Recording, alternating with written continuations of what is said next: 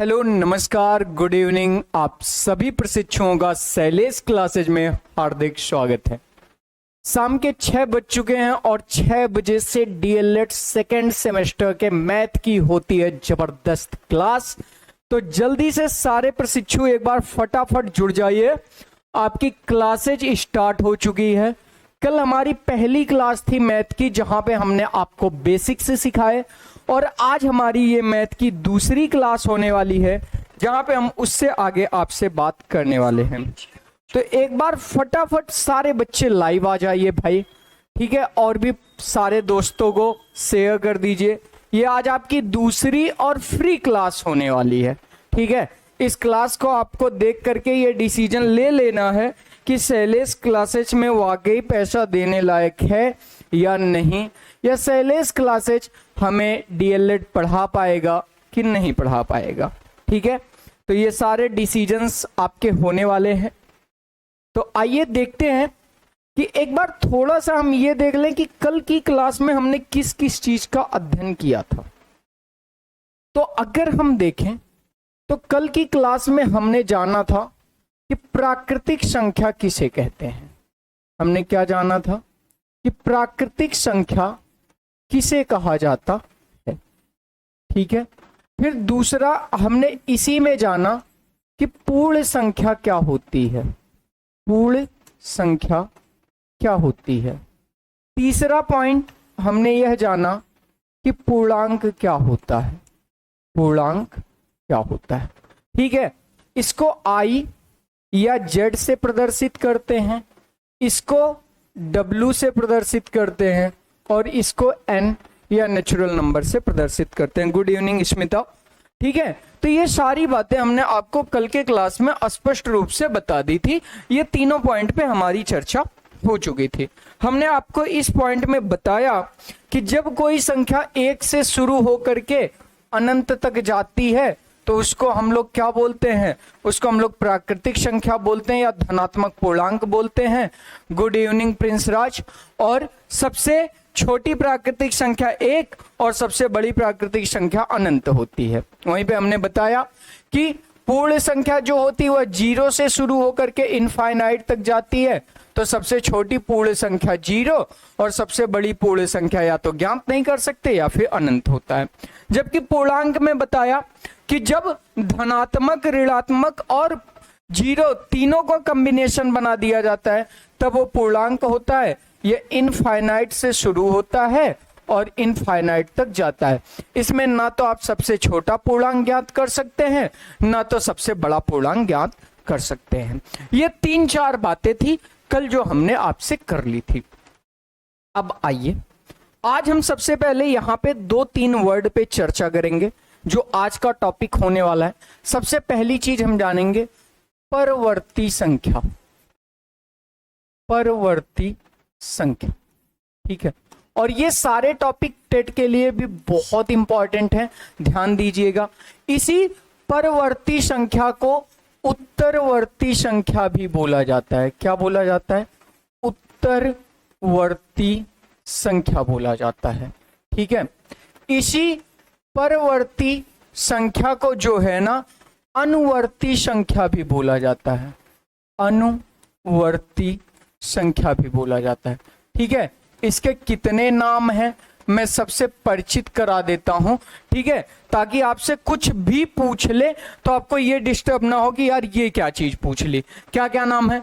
परवर्ती नाम है, उत्तरवर्ती नाम है, अनुवर्ती भी इसी का एक नाम है, ठीक है। बात समझ में आ गई?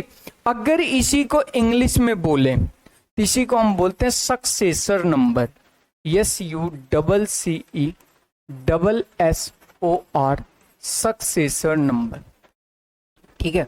बहुत ही छोटी चीजें हैं, ध्यान से देखिएगा।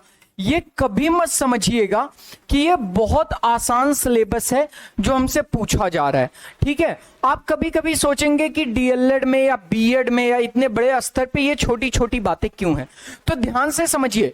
ये आपको कभी छात्र नहीं बोला जाता, आपको बोला जाता है प्रशिक्षु। ये आपका अध्ययन वाला कार्य चल ही नहीं रहा, ये आपको अध्यापन कैसे करना है, पढ़ाना कैसे है वह चल रहा है। अब आप किसको पढ़ाएंगे? 0 से लेकर के 5 तक, जूनियर में 8 तक। तो जब आप 0 से 5 तक के बच्चे को पढ़ाएंगे तो उसे यही बातें तो पढ़ानी है। तो इस वजह से डीएलएड का सिलेबस भी उतना ही है जितना कि कक्षा 5 से लेकर के, कक्षा 1 से लेकर के कक्षा 8 तक के बच्चे का होता है। तो नो डाउट यहां पे ज्ञान बहुत ज्यादा महत्व नहीं रखने वाला है, ज्ञान का प्रेजेंटेशन किस तरीके से होने वाला है वो महत्व रखने वाला है। जैसे आप देखते हैं ना कि कभी कभी हम लोग कहीं खाने होने जाते हैं, पंगत में बैठते हैं, तो कुछ लोग कहते हैं कि ठीक है जायदा जिक्र भूख लगल थे मंगबे करी, और कुछ जने का कहना ए बाऊ ले ला, एक ठे हमारे ओर से ले ला, एक ठे और ले ला। तो दोनों ही खाना दे रहे हैं आपको। एक कह रहा है कि लेवा सब्जियां तो का बनना चाहिए, एक कही बाऊ तनके लेला चिकला बड़ी सुंदर बनल है तो का अच्छा दे दे दे दे। तो दोनों खाना दे रहे हैं, बट दोनों की परोसने की स्टाइल अलग अलग है। दोनों तो आप भी अध्यापन करेंगे, आपका सहयोगी भी जाके अध्यापन करेगा, लेकिन उसी में आप देखेंगे कि लड़का किसी कहेगा हाउ वाला सर जी बहुत निक्के पढ़ावे ने और हाउ वाला सर जी बहुत खराब पढ़ावे ने। तो नो डाउट यहां पे इस बात का मैटर ही नहीं है कि ज्ञान कितना है, ज्ञान को प्रेजेंट कैसे करना है ये उससे ज्यादा मैटर करने वाला है। तो बहुत छोटी छोटी बातों को बहुत अच्छे तरीके से आपको जानना है, यानी कि आपको भी खाना परोसने का ढंग बहुत अच्छे से आना चाहिए। तो इसके 3 नाम हैं, परवर्ती संख्या, उत्तरवर्ती संख्या या अनुवर्ती संख्या। एक सिंपल सी भाषा जान लो, क्या कि जब किसी संख्या में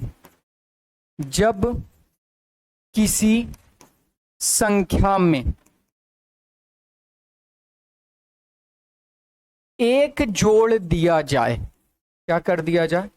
एक जोड़ दिया जाए तो प्राप्त संख्या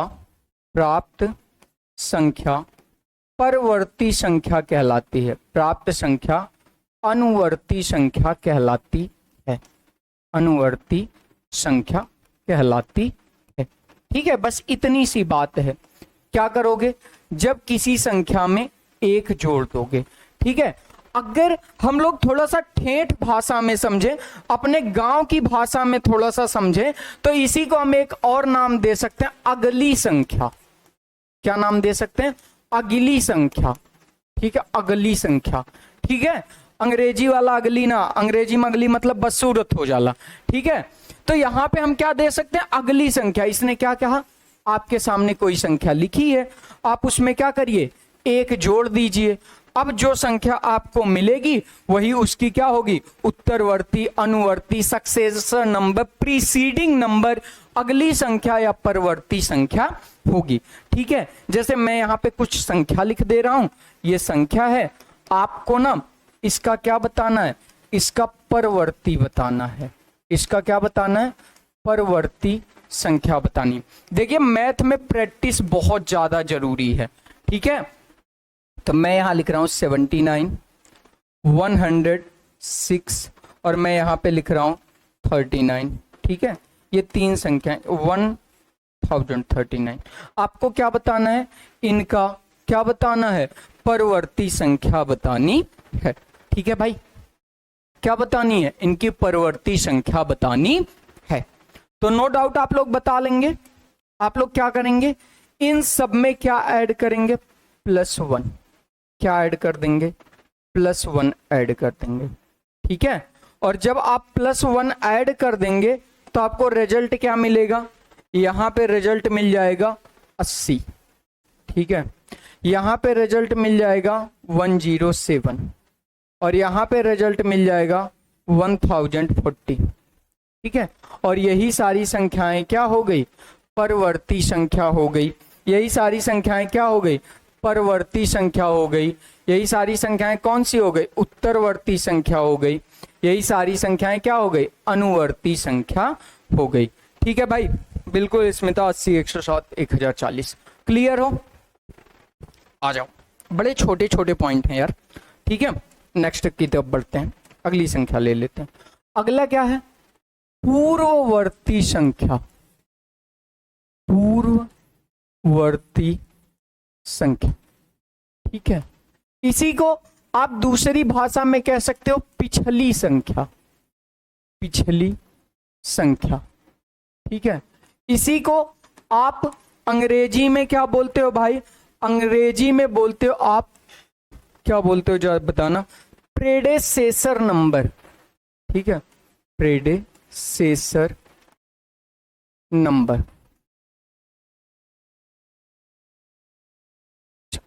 प्रेडेसेसर नंबर। ठीक है, अनुवर्ती आपकी हो चुकी थी। अब आ जाते हैं पूर्ववर्ती संख्या में। ठीक है, देखो ध्यान से समझना, परवर्ती और पूर्ववर्ती थोड़ा सा अंतर है, लेकिन गलतियां भरपूर होंगी आपसे। ठीक है, अंतर थोड़ा सा है, लेकिन गलतियां क्या होंगी? भरपूर होंगी आपसे। ठीक है, और जितने लोग अभी एडमिशन लेकर के भी क्लास नहीं ले रहे हैं ना, तुम्हारा तभी बैक लगता है।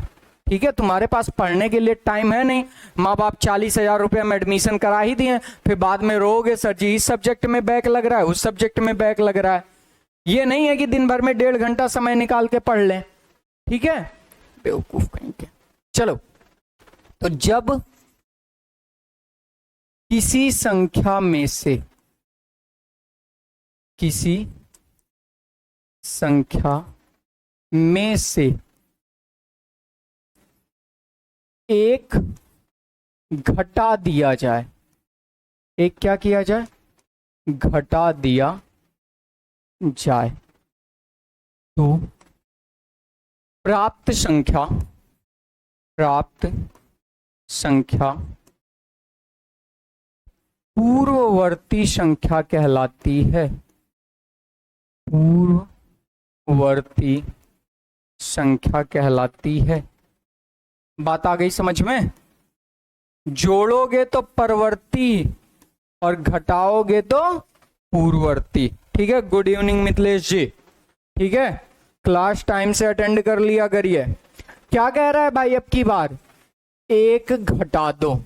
अगर कोई संख्या दी है उसमें से एक घटाओ, और घटाने के बाद जो संख्या मिलेगी वो पूर्ववर्ती संख्या रहेगी। जैसे मैं यहाँ पे कुछ संख्या लिख रहा हूं, ठीक है, और आप इस संख्या की पूर्ववर्ती संख्या मुझे बता देना।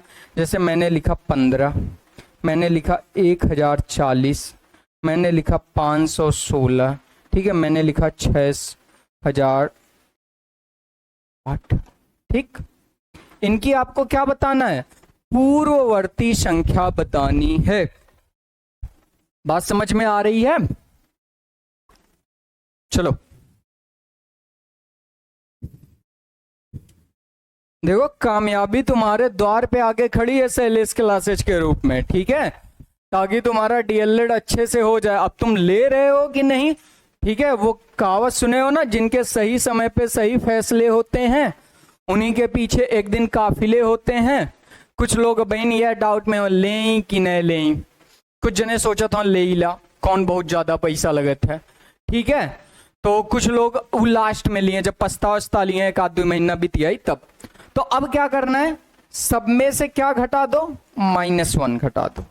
ठीक है, अब जब सब में से -1 घटा दोगे तो 15 में से घटेगा 14 मिलेगा, 1040 में से घटेगा 1039 मिलेगा, 516 में से घटेगा 515 मिलेगा, और 61,208 में से 61,207। बात समझ में आ गई? तो यहां पे आप ध्यान से देखें तो मैंने अभी तक आपको 2 बातें पढ़ा दी। क्या? कि परवर्ती, उत्तरवर्ती, अनुवर्ती, जिसको एक जोड़ के प्राप्त किया जाता है। बिल्कुल प्रिंस राज जी।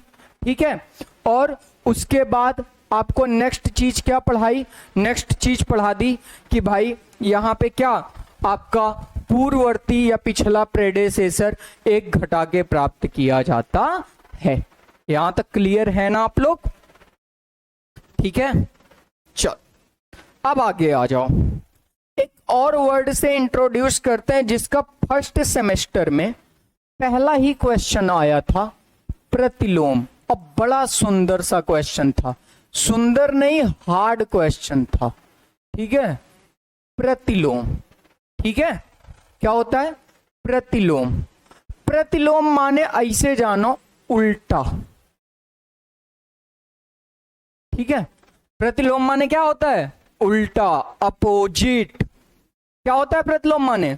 उल्टा या अपोजिट। ठीक है, अब आप कहोगे इसमें क्या पढ़ना है, तो ध्यान से सुनो बालक, ये दो टाइप का होता है। कितने टाइप का होता है? दो टाइप का होता है। एक होता है योज्य प्रतिलोम, योज्य प्रतिलोम, ठीक है, योज्य प्रतिलोम, इसी को योगात्मक भी बोला जाता है।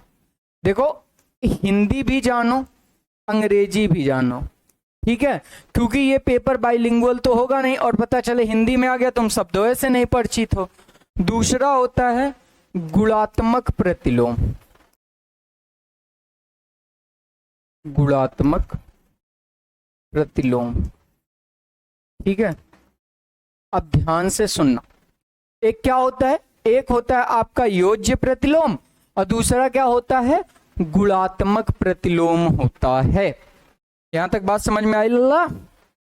ठीक है, अब ध्यान से सुनो, इसका रिजल्ट क्या बनता है, ठीक है, इसके रिजल्ट में, रिजल्ट सुनो, जब हम किसी चीज का प्रतिलोम लिखते हैं तो इसका रिजल्ट शून्य आना चाहिए।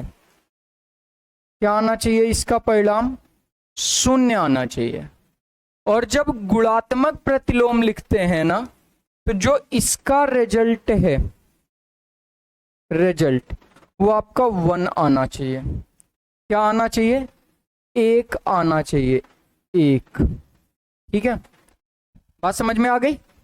आप ऐसा प्रतिलोम लिखोगे कि योगात्मक में आपका 0 आएगा और गुणात्मक में आपका 1 आएगा। अब कैसे आएगा इस पे हम आपसे चर्चा करेंगे, लेकिन सबसे पहले यह बात समझने लायक है कि प्रतिलोम 2 प्रकार के होते हैं, एक होता है योज्य, दूसरा होता है गुणात्मक।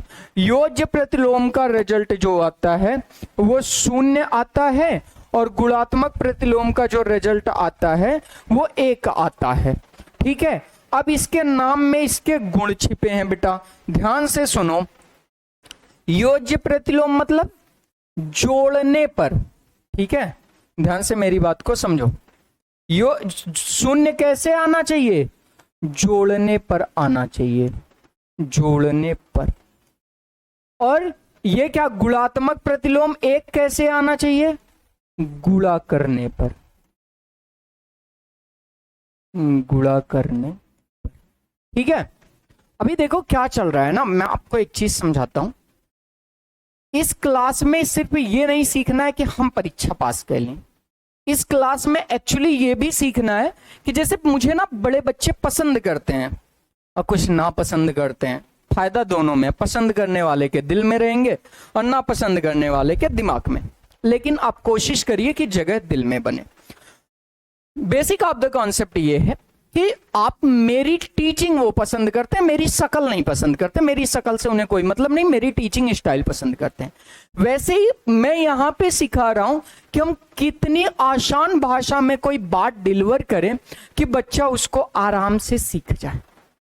समझ रहे हो बात को? जैसे आपको पढ़ाना मेरे लिए बहुत आसान है, आप बीए करके आए हो, इंटर करके आए हो, हाई स्कूल करके आए हो, कोई दिक्कत ही नहीं है। जो मैं बताऊंगा आपका इतना आईक्यू लेवल है कि आप समझ जाओगे।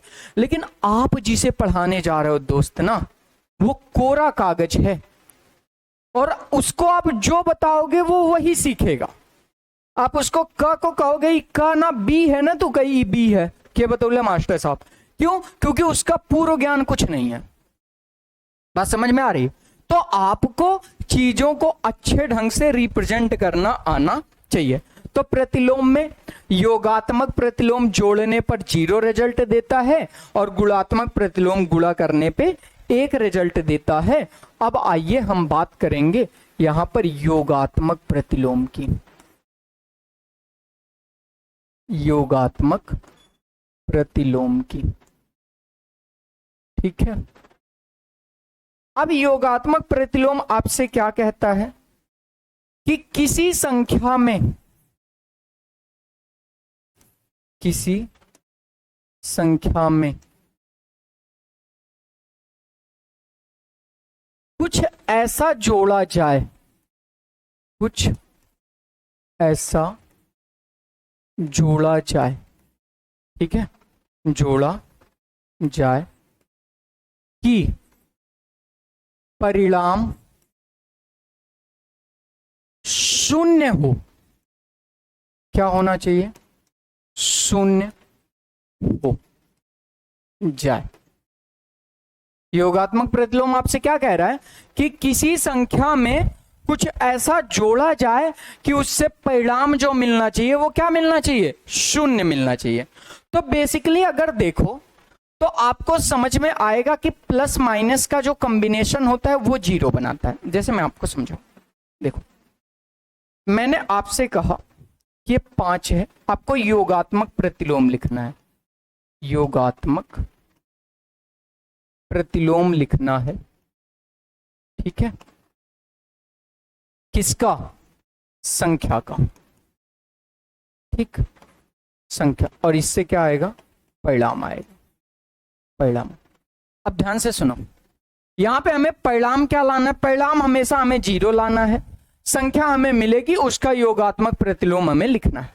जैसे मैंने संख्या लिख दी 5, ठीक, मैंने दूसरी संख्या लिख दी 7, मैंने तीसरी संख्या लिख दी 10, मैंने चौथी संख्या लिख दी -11। ध्यान से समझना, मैं प्लस माइनस दोनों पे बात कर रहा हूं। मैंने यहां पे 4 संख्याएं लिख दी, ठीक है, प्लस में और माइनस में। मैंने कहा आप एक काम करो कि इसका प्रतिलोम लिखो, ठीक है, इसका प्रतिलोम लिखो और ऐसा प्रतिलोम लिखो कि यहां पर भी 0 आ जाए, यहां पर भी 0 आ जाए, यहां पर भी 0 आ जाए और यहां पर भी क्या आ जाए? 0 आ जाए। बात तुम्हें समझ आ रही है? तो आप कहोगे सर एक बात बताओ, आप कह रहे हो कुछ ऐसा जोड़ा जाए, क्या जोड़े? ये तो साला जोड़ने की जगह हमको घटाना पड़ जाएगा। मैं कहूंगा नहीं, देखो जोड़ना, योज्य लिखा है, इसमें हमें जोड़ना है, ठीक है। अब क्या जोड़ना है? तो अब देखो बेसिकली करना हमें वही है कि इस 5 को खत्म करना है। तो 5 को अगर भाई आपके पास 5 रुपया है और आप वो 5 रुपया किसी को दे दो तो खत्म हो गया ना। कल यही बात तो सिखा रहे थे, कर्जा माने माइनस और पॉजिटिव माने प्लस। तो आपके पास 5 था, आपने यह 5 किसी को दे दिया यानी कि माइनस। आपके पास 7 था, आपने यह 7 किसी को दे दिया यानी कि माइनस। आपके पास 10 था, आपने यह 10 किसी को दे दिया यानी कि माइनस, ठीक है। अब 5 था, 5 दे दिए, आपके पास बचा क्या? 0, ठीक है। ध्यान से सुनो, आपके पास 7 था, आप 7 दे दिए, आपके पास क्या बचा? 0। आपके पास 10 था, 10 दे दिए, क्या बचा? 0। लेकिन यहां आपके पास ऑलरेडी कर्जा है, यहां पे -11 लिखा है, तो -11 तो कर्जा हुआ ना। अब आपको एकदम रिलैक्स होना है, शून्य हो जाना है, मतलब ना कर्जा हो ना मेरे पास पैसा हो। तो आप कहोगे अगर 11 रुपया कर्जा देनी है तो हमें 11 रुपया लाना पड़ेगा यानी कि +11। अब आपके पास 11 रुपया कर्जा थी, आप कमा के लाए, उसको दे दिया, आप फिर रिलैक्स हो गए, आपके पास रिजल्ट 0 मिल गया। तो ये इन संख्याओं का क्या हो गया? योगात्मक प्रतिलोम हो गया। क्या हो गया? योगात्मक प्रतिलोम हो गया। बात समझ में आ रही है? जल्दी से बता दो यहां तक योगात्मक तुमको समझ आया कि नहीं आया? योगात्मक समझ में आया कि नहीं आया?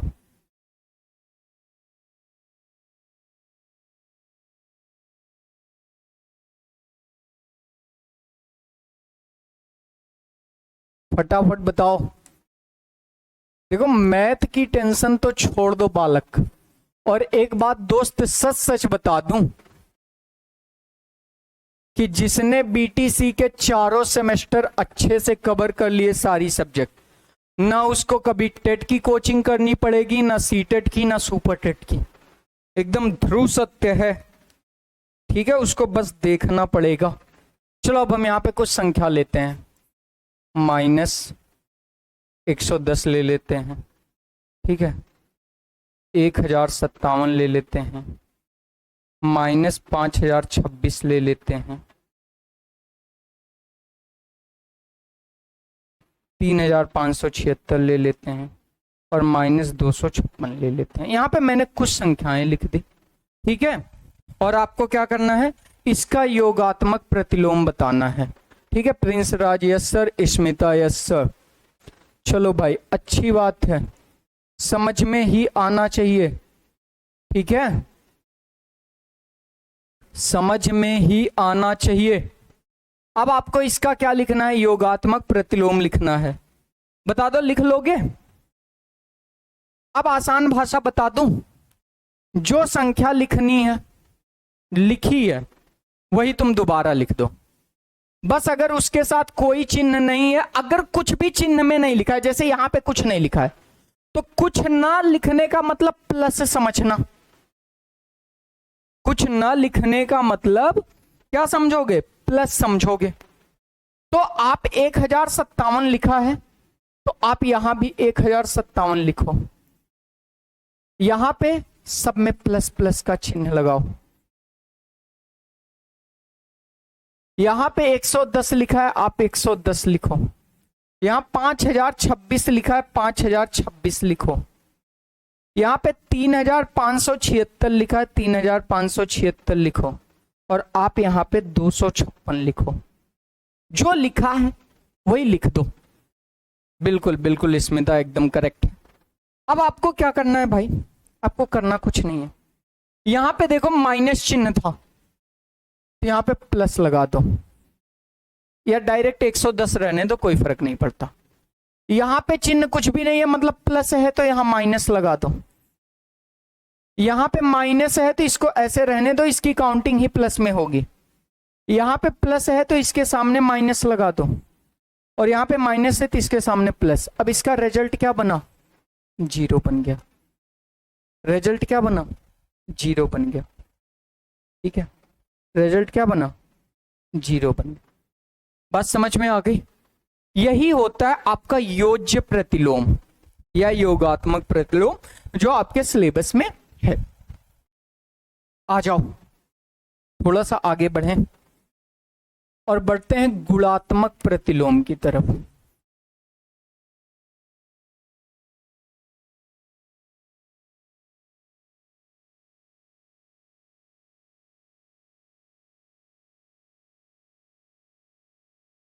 इसको पढ़ाने से पहले एक छोटी सी चीज जो समझाना जरूरी है, वो क्या समझाना जरूरी है, मैं तुमको समझाता हूं। देखो, जोड़ का उल्टा क्या होता है, जोड़ का उल्टा क्या होता है, उल्टा। और गुणा का उल्टा क्या होता है,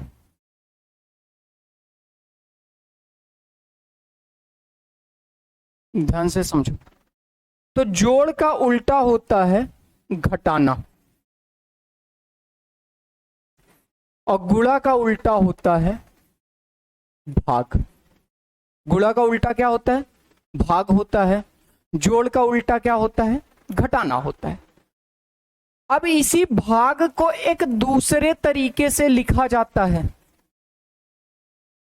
भाग को दूसरे तरीका से क्या लिखा जाता है, भाग को लिखने का दूसरा तरीका है बटे में लिखना।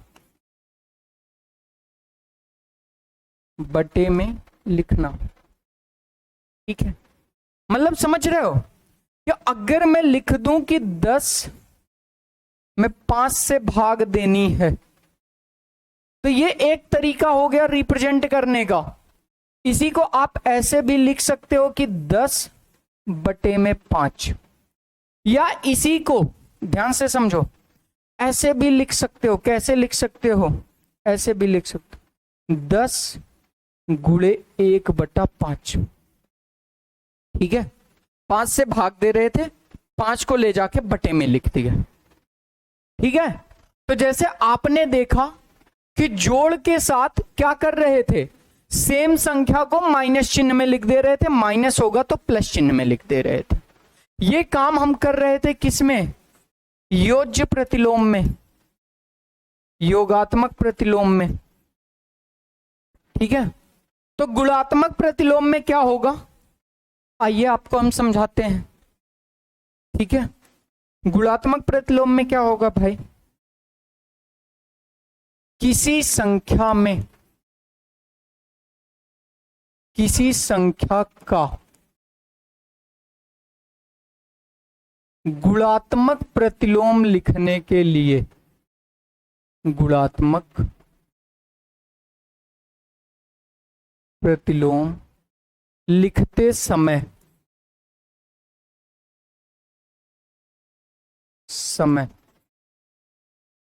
उसी संख्या को उसी चिन्ह के साथ, उसी चिन्ह, यहां पे चिन्ह परिवर्तन नहीं होगा, उसी चिन्ह के साथ उल्टा अर्थात बटे में उल्टा लिखकर गुणा कर देते हैं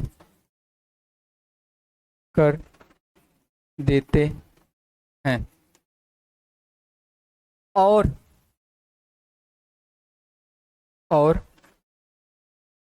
परिणाम में एक प्राप्त करते हैं। ध्यान देना इस बात को, कई सारी चीजें हैं, समझा दूंगा नो डाउट, बड़े आराम से समझा दूंगा, ठीक है। देखो मैं जब मैथ पढ़ाता हूं ना तो मुझे ऐसा लगता है कि मुझे समझाने में कोई दिक्कत नहीं है। मैं किसी को कितनी भी मैथ नहीं आती मैं समझा दूंगा तुमको, मुझे समझाने में कोई प्रॉब्लम है ही नहीं मैथ को, ठीक है, कभी नहीं होती। मैं काफी चीजें बहुत अच्छे से मैथमेटिक्स जानता हूं, ठीक है। यहाँ पे तीन बातें, एक तो हमें एक प्राप्त करना है, दूसरा चिन्ह चेंज नहीं करना है, माइनस को माइनस चिन्ह के साथ ही गुणा करना है, प्लस को प्लस चिन्ह के साथ करना है, ठीक है। जैसे अगर मैं आपसे यहां पे थोड़ा सा पूछूं कि 5 का गुणात्मक प्रतिलोम क्या होगा, गुणात्मक प्रतिलोम बताओ, तो आपको पता होना चाहिए कि 5 में किससे भाग दें कि 1 आ जाए, 5 में किससे भाग दें कि 1 आ जाए।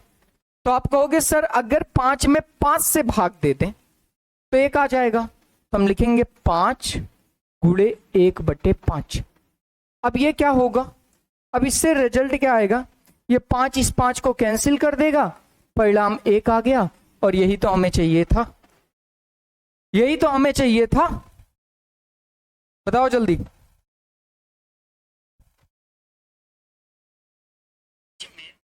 यही तो हमें चाहिए था, हाँ। 5/1 नहीं होगा प्रिंस, 1/5 होगा बेटा, 1/5 होगा, 5/1 नहीं होगा, ठीक है। आ जाओ थोड़ा सा समझते हैं यहां पे। जैसे मैं आपसे कहूं 7 का गुणात्मक प्रतिलोम, गुणात्मक प्रतिलोम बताओ, ठीक है। मैं आपसे कहूं 10 का गुणात्मक प्रतिलोम बताओ, ठीक है। 10 का क्या बताओ गुणात्मक प्रतिलोम।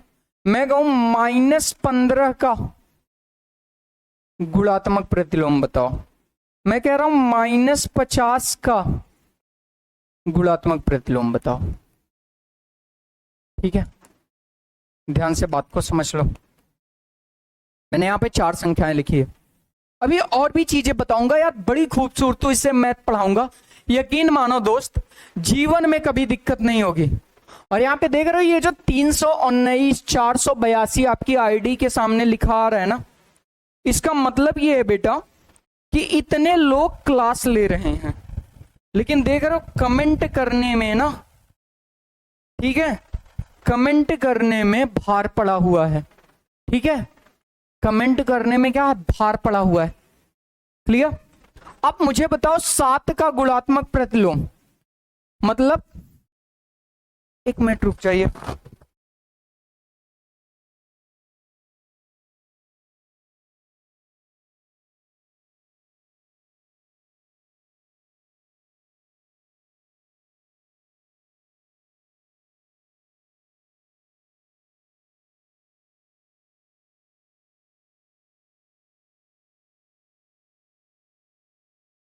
ध्यान से सुनो कि ये कह रहा है ना कि 7 का गुणात्मक प्रतिलोम लिखिए, तो मुझे एंड ऑफ द रिजल्ट 1 चाहिए। मुझे इन सब का रिजल्ट क्या चाहिए? 1 मुझे रिजल्ट में चाहिए। ठीक है, इन सब का एंड ऑफ द रिजल्ट मुझे क्या चाहिए? 1 चाहिए। बात समझ में आ रही है? एंड ऑफ द रिजल्ट मुझे इन सब का क्या चाहिए? ठीक है, 1 चाहिए। अब एक बात बताओ, अगर ये 7 है तो मैं क्या करूंगा? ये 7 है, ये 10 है, ये -15 है और ये -50 है। तो जरा मुझे बताओगे बेटा मैं क्या करूंगा इसके साथ? कैसे मैं लिखूंगा? प्रिंस लिख रहे हैं 1/10, 1/7, 1/। देखो ध्यान से सुनो, इसका गुणात्मक प्रतिलोम होगा 1/7, इसका होगा 1/10, इसका होगा -1/15 और इसका होगा -1/50। ठीक है, चिन्ह चेंज नहीं करना है भाई, चिन्ह के साथ बिल्कुल आपको खिलवाड़ नहीं करना है। बस समझ में आ रही है तुम्हें? यहां तक क्लियर हो? चिन्ह के साथ गुणात्मक प्रतिलोम में बिल्कुल भी खिलवाड़ नहीं करना है। तो ये जो 7 का 1/7 लिखे, 1/10 लिखे, 1/15, 1/50, यही है प्रतिलोम।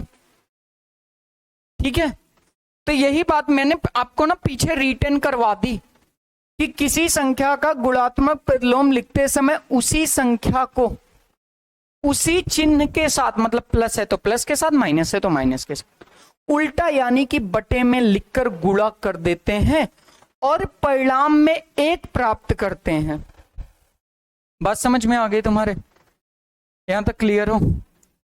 अब आ जाओ, थोड़ा सा और जबरदस्त क्वेश्चन करते हैं। ठीक है, और थोड़ा सा अच्छे। क्वेश्चन नंबर 1, ठीक है, -5/4 का गुणात्मक प्रतिलोम।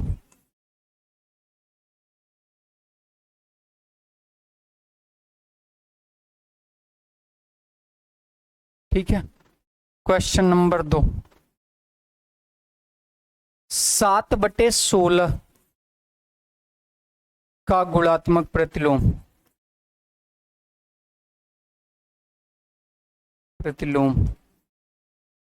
ठीक है, आगे पॉइंट नंबर 3,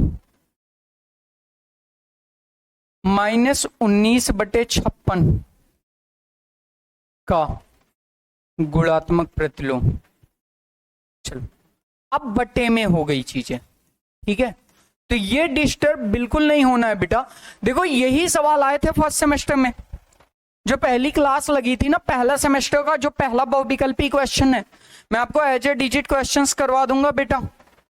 ठीक है, तब आपको समझ में आएगा कि एक्चुअली क्या सवाल आया था और कितना आसान सा सवाल था जो आप लोग गलत करके आए हो। ठीक है, आ जाओ इसके रिजल्ट की बात कर लेते हैं थोड़ा सा तुमसे। कह रहा है -5/4, उल्टा करो, माइनस चिन्ह वही रखो पहले, तो माइनस है तो माइनस रहेगा।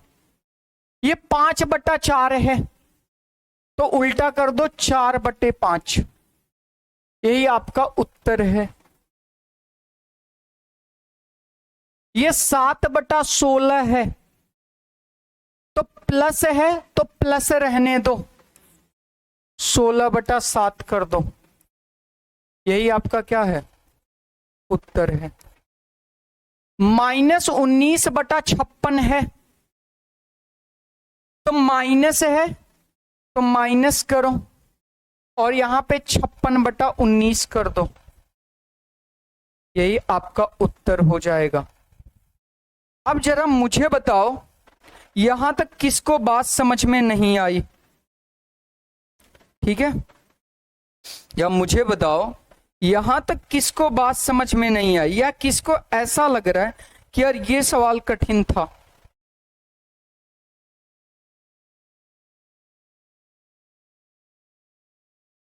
ठीक है, सवाल क्या था?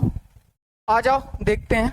पहला सवाल जो 2021 के सेमेस्टर में आया था ना, देखो 2023 में आया था। पहला क्वेश्चन प्रतिलोम से रिलेटेड कि 3/4 के योज्य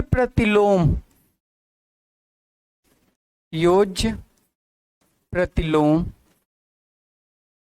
का गुणात्मक प्रतिलोम बताओ, का गुणात्मक प्रतिलोम बताओ। ठीक है, यही सवाल तो करके आए हो। अब जरा इसी सवाल को करो और मुझे बताओ ये सवाल कठिन था कि आसान था। ठीक है, ऑप्शंस मैं आपको लिख दे रहा हूं। पहला था 3/4, दूसरा ऑप्शन था -4/3, तीसरा ऑप्शन था -3/4 और चौथा ऑप्शन था नन ऑफ दीज, इनमें से कोई नहीं। ये 2023 में फर्स्ट सेमेस्टर में आया हुआ पहला सवाल है। ठीक है, और अगर अब भी नहीं कर पाए ना तो यकीन मानो तुमको कुछ नहीं आता। ठीक है, और तुम पढ़ने लायक भी नहीं हो। ठीक है, बुरा मत मानना, बट क्या करें, कहना पड़ रहा है। ठीक है, बुरा मत मानना, लेकिन क्या करें, तुम्हारा फ्यूचर है।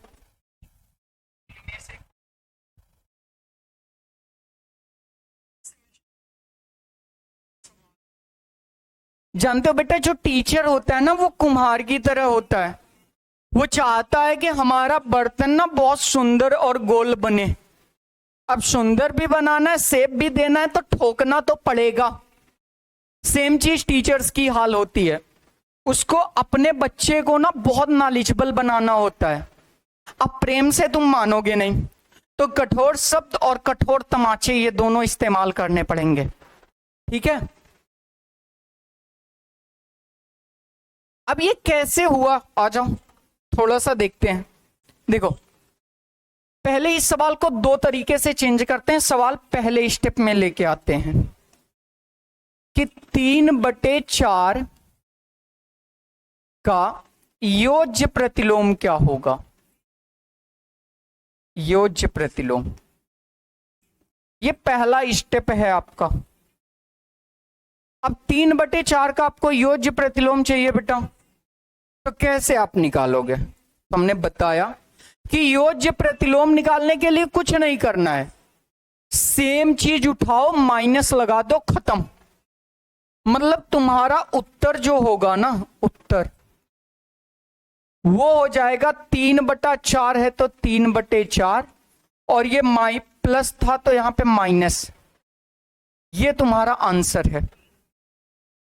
ठीक है, ये तुम्हारा क्या है, आंसर है। सेम सवाल अब ये दूसरे स्टेप में टूट रहा है। दूसरे स्टेप में कैसे टूट रहा है कि -3/4 का गुणात्मक प्रतिलोम बताओ।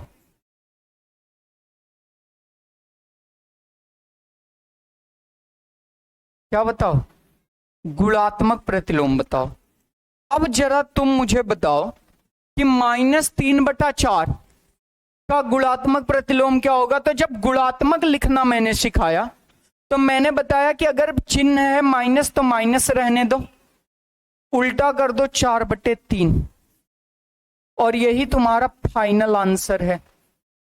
इक्के में वो 2 सवाल दे दिया था, एक ही में वो कितने सवाल दे दिया था, 2 सवाल। थोड़ा सा एग्जामिनर स्मार्ट था, स्मार्ट इन द सेंस थोड़ा सा वो चाहता था कि मेहनत का नंबर लेकर के आओ। और मजे की बात बताऊं, मैक्सिमम लोगों ने इस सवाल को गलत किया। मैक्सिमम लोगों ने इस सवाल को क्या किया, गलत किया। अब मुझे बताना जरा, क्या वाकई में लगता है कि इतना कुछ पढ़ाने के बाद भी आपका पूर्ववर्ती, उत्तरवर्ती, अनुवर्ती, परवर्ती, योज्य प्रतिलोम, गुणात्मक प्रतिलोम, ये सब कभी गलत होगा? सही सही बताना। आपको लगता है ऐसा, ये सारी चीजें कभी गलत होंगी आपकी? फटाफट बोलो।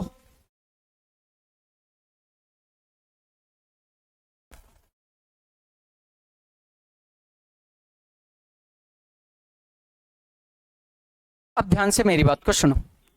ये 2 क्लासेज आपके लिए फ्री थी, ठीक है, मैथ की, और जितने भी लोगों ने देखा उनका तहे दिल से शुक्रिया। अब कल से उतने ही बच्चे इन क्लासेज को अटेंड कर पाएंगे मैथ वाली जितने लोगों ने एडमिशन्स ले रखा है। और मैं आपको एक बात दावे के साथ कह सकता हूं, पूरा यूट्यूब खंगाल डालो, इतने बेस्ट क्लियरिटी, इतने बेस्ट कॉन्सेप्ट, इतने बेहतरीन तरीके के नोट से बेहतर क्लासेस कहीं अवेलेबल नहीं होंगी। 444 रुपए है हमारी फीस, और आप लोग अपनी फीस पे करिए, क्लासेज अटेंड करिए, सातों सब्जेक्ट आपकी as a word as a digit complete कराई जाएंगी, ठीक है। तो आज के लिए इतना ही, बने रहिए हमारे साथ। Thank you, bye bye, good night, शुक्रिया।